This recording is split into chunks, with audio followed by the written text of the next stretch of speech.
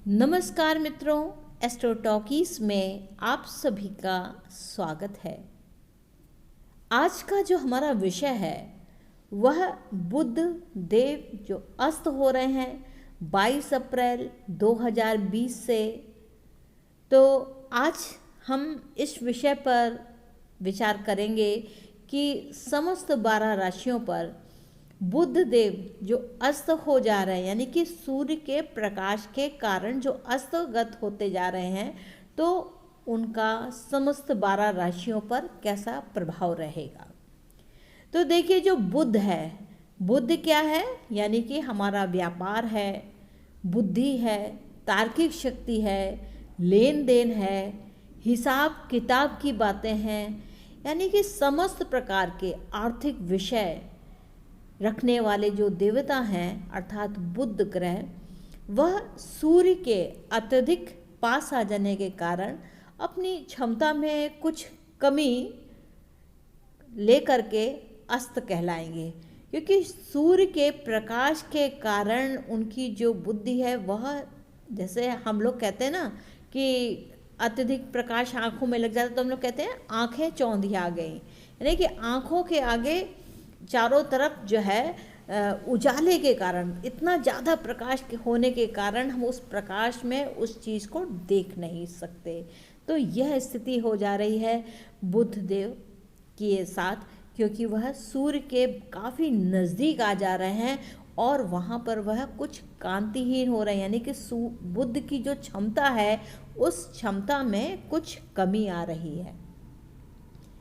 और यह स्थिति जो है वह 16 मई तक रहेगी, अर्थात लगभग 25 दिन तक।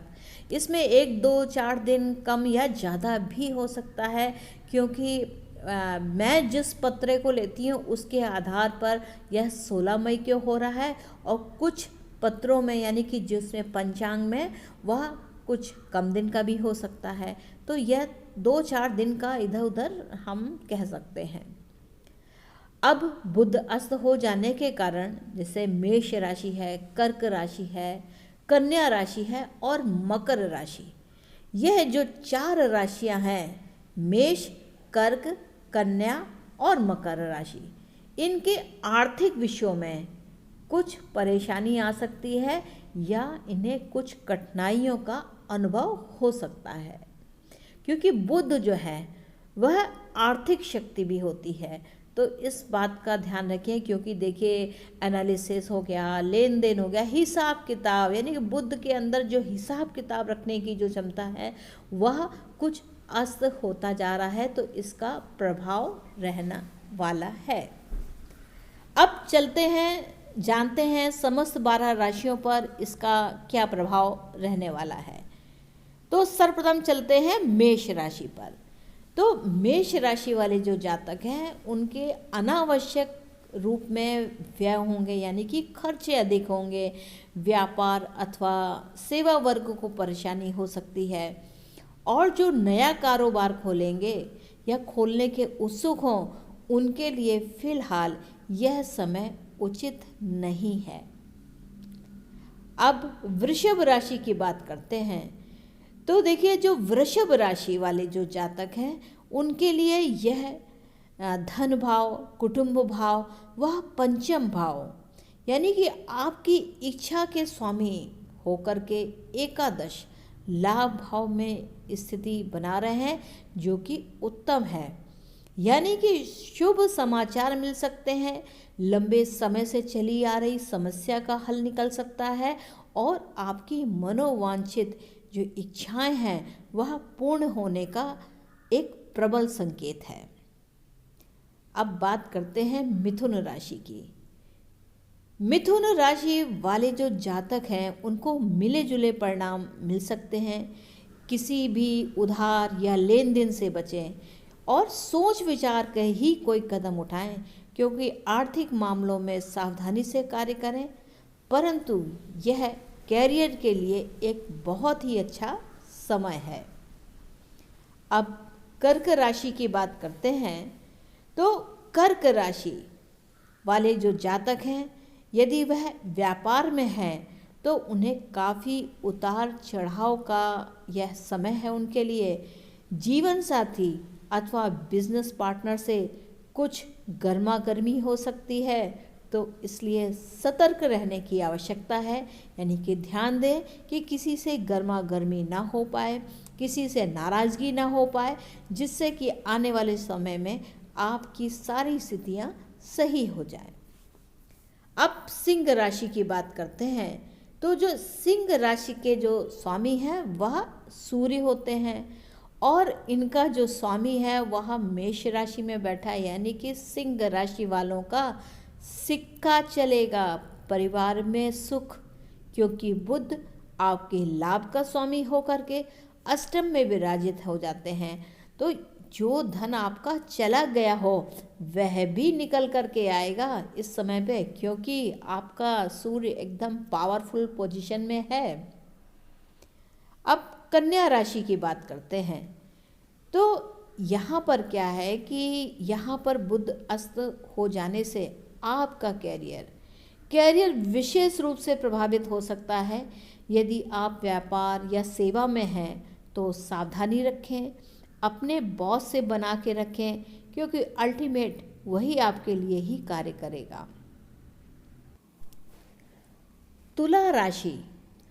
तुला राशि वाले जो जातक हैं उनके भाग्य व व्यय भाव के स्वामी बुध षष्ठ भाव में हैं, अर्थात मेहनत रंग लाएगी, कुछ नया हो सकता है और कुछ शुभ समाचार भी मिल सकते हैं।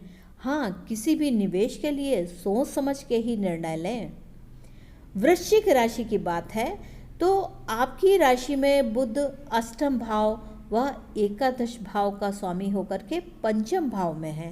यानी कि आपकी शिक्षा में कोई अद्भुत लाभ होने वाला है, या आपको शिक्षा से काफ़ी लाभ मिल जाने की संभावना है, क्योंकि देखिए अष्टम भाव है तो कुछ रिसर्चेस, वृश्चिक राशि अपने आप में एक रिसर्च की राशि है।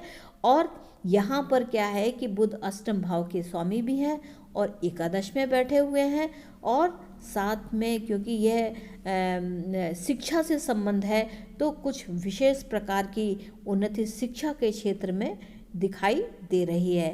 यानी कि शिक्षा से जुड़े हुए जातकों के लिए यह समय बहुत ही उत्तम है। धनु राशि की बात करते हैं तो देखिए धनु राशि वाले जो जातक हैं उनके कैरियर में उतार चढ़ाव, पार्टनरशिप में कुछ समानता या असमानता अथवा तनाव की स्थिति दिखाई देती है, परंतु आप में काबिलियत है कि आप सब कुछ ठीक कर लेंगे। आपके अंदर एक अद्भुत प्रकाश है। मकर राशि की बात करते हैं तो मकर राशि वाले जो जातक हैं उनके लिए बुध के अस्त होने से, क्योंकि यह आपके भाग्य के स्वामी हैं जो कि तृतीय भाव अर्थात में विराजित है, और साथ ही साथ आपको ध्यान देना होगा कि रोग, ऋण, कर्ज, लेन देन या शत्रु से संबंधित विषयों में आपको विशेष सावधान रहना पड़ेगा। ध्यान रहे कि आप कहीं किसी साजिश का शिकार ना हो जाएं, तो आप मकर राशि वाले अपना विशेष ध्यान रखें, क्योंकि उनका जो मिथुन राशि है वह षष्ठ भाव में आ रही है। तो ध्यान रहे कि आप रोग, ऋण और शत्रु के मामले में सावधान रहें। अब बात आती है कुंभ राशि की। तो कुंभ राशि वाले जो जातक हैं उनके लिए यह लाभ का समय है, उनको मेहनत में लाभ मिलेगा। फिर भी समय को देखते हुए कदम सतर्कता से उठाने की ज़रूरत है। जो लोग नौकरी करते हैं उन्हें किसी भी प्रकार से नुकसान तो नहीं दिखाई दे रहा है, यानी कि उनके साथ कुछ शुभता अवश्य है। अब मीन राशि की बात करते हैं तो मीन राशि वाले जो जातक हैं उनके अधूरे कार्य पूर्ण होंगे। आपका रुझान नौकरी अथवा पार्टनरशिप की ओर होगा, परंतु यह संभव नहीं हो सकेगा, इसलिए भी कि कुछ आपको मानसिक असंतोष रहेगा।